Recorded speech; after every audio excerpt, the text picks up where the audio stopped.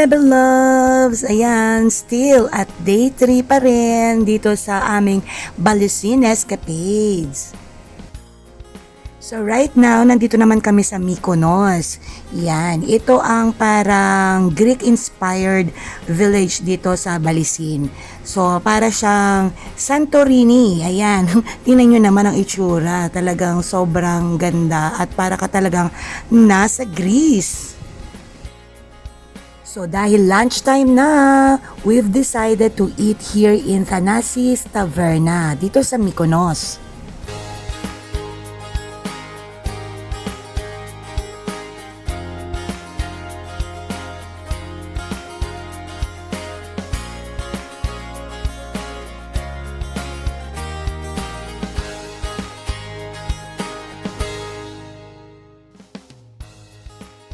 So, while waiting for our order, ayan, they gave us muna this complimentary pita appetizer.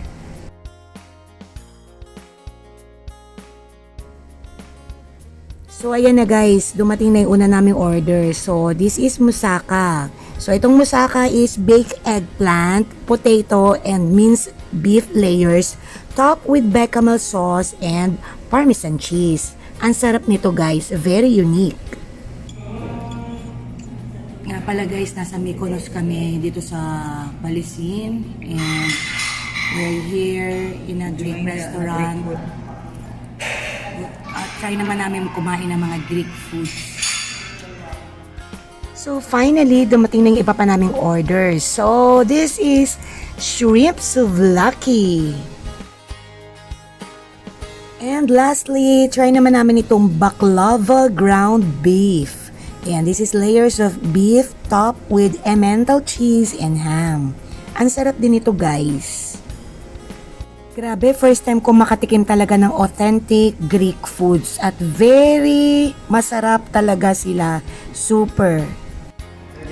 Yay! Ready! Flaming mango guys! Ay! Napalayo ko. Ang galing!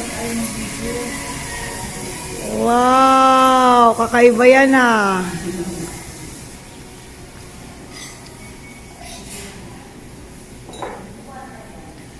Ang galing! Anong tawag sa style na yan? Bakit ano? Tradition po siya sa Greece. Tradition sa Greece? Opa is cheers po sa Greek. Since naglalagay po kami ng ram. Ah, may ram yan nakasama. Oh, ang galing. Kaya sa bahay, mamaya ko pa yung bahay. Gawin din natin sa bahay. Sinunog yung mangga. Sinunog yung mangga. Nakita namin ko sa Balisin. Wow. Ang bango. Wow, yay. Opa? Yes po. Ba't parang Korean? Opa.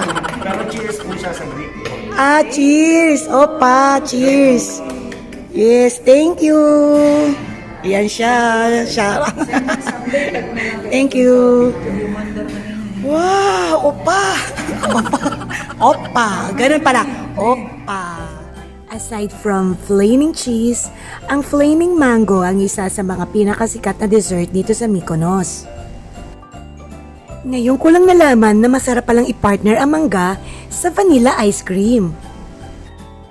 Grabe, mapapa-opa ka talaga sa sarap ng flaming mango.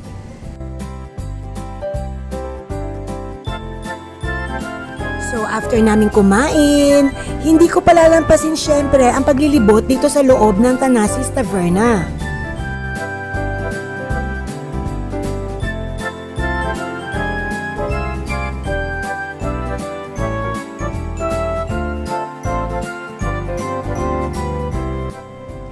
Meet Billy guys, the famous Balisin bear.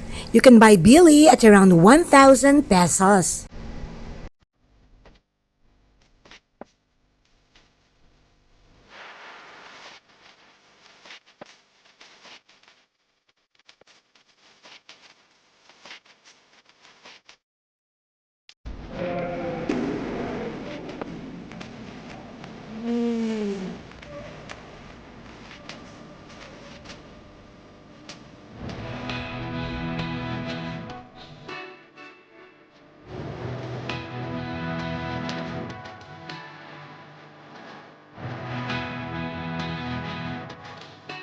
Welcome to Greece!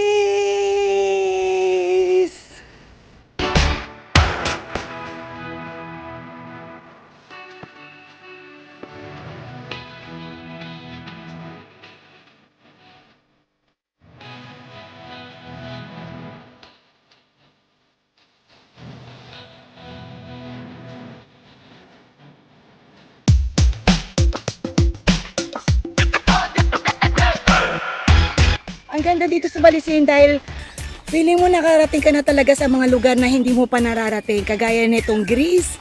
At kahapon nandun kami sa Toscana na may Italian feels naman. And later on, mapapasyalan pa namin yung mga iba pang lugar like yung Saint-Tropez, which is feeling mo naman nasa France ka. Ay, ang dami dito guys. I guess hindi ko to Uwi na kami bukas pero tingin ko hindi na namin kakayanin libutin lahat dahil sa sobrang laki. Grabe.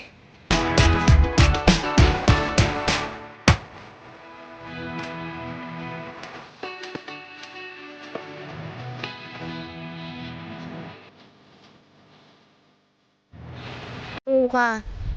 Nawawala na yung mudra ko. Nawawala na si Mudra tsaka si Rochelle. Nagsosolo kasi ako dito mag-picture. Oh my God, nasa na sila? Ang laki-laki nito. Asan na ba? Kasi, kung ano syempre nagpa-vlog ako, di ba? Mabilis ang kilos na dito dahil ang dami pa namin pupuntahan. Tapos, mukhang uulan pa. Kaya sabi ko, sige mauna na kayo dyan. Bali, makikita ko naman yan sila.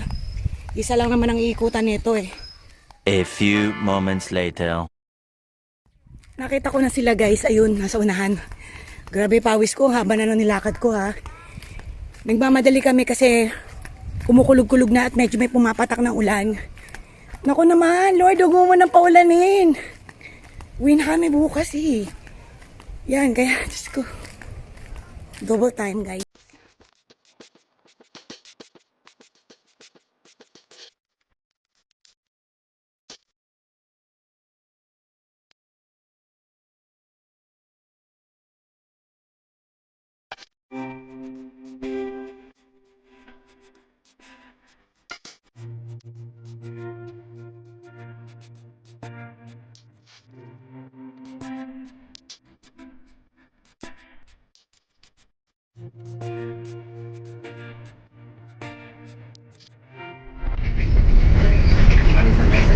Guys, dahil sobrang maulan or biglang umulan nga pala. Ayan. Dahil biglang umulan guys, wala na. Napaalis na kami ng Mykonos. Sayang si Mudra, kakapalit lang. Kakapalit lang ng outfit ng Mudra ko. Ang taray basta sexy. Bigla namang dumating na yung shuttle. Dito doon siya na masyado nakapagpa-picture. Kayo nga, hindi ka rin naman makakapagpa-picture gaano dahil bigla na nga bumagsak yung ulan. So ngayon, back to our villa na kami.